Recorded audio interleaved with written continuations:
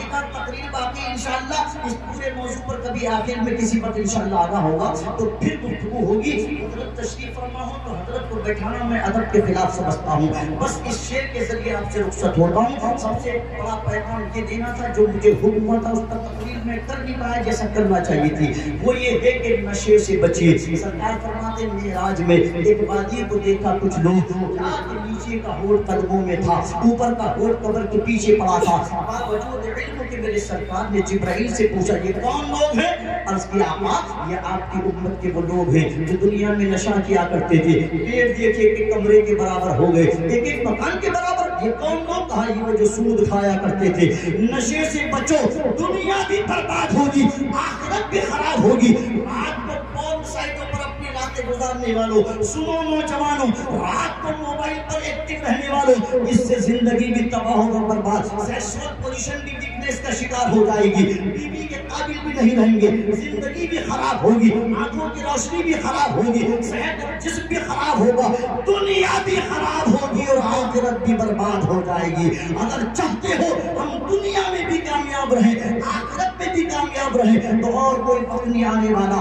یہ دور ہماری آزمائش کا دور ہے. اسلام کو تو کبھی خطرہ نہیں رہے گا انشاءاللہ, مسلمان آزمائش میں مبتلا رہے گا. ابھی سید صاحب نے شعر پڑھا تھا, پیاس کہتی ہے چلو ریت نچوڑے چل کر, اپنے کاسے میں سمندر نہیں آنے والا, اپنے کعبے کی حفاظت ہمیں خود کرنی ہے, اب ابابیلوں کا لشکر نہیں آنے والا. آج بھی گنبد خضرا سے آواز آ رہی ہے, کاش میرے امت قرآن کا دفتر دیکھتے, سیرت مقداد و سلمان و ابو ذر دیکھتے, قصہ حسنین سنتے, ضرب حیدر دیکھتے, کس طرح مرتے نہیں یہ بات مر کر دیکھتے. کاش ان کی عقل میں آتا یہ آسانی کے ساتھ, نعمت کونین کا رشتہ ہے قربانی کے ساتھ. ان برائیوں سے بچو اور اپنے دل کا انالائسس کرو. کون سا دل ہے آپ کے پاس, زندگی کون سی جی رہے ہیں؟ اگر دل مسجدوں میں لگ رہا ہے, قرآن کی تلاوتوں میں لگ رہا ہے, نعت مصطفیٰ میں لگ رہا ہے, علماء کی مجلس میں لگ رہا ہے, تو خیریت ہے, ورنہ خیریت نہیں ہے. اور کوئی وقت نہیں آنے والا.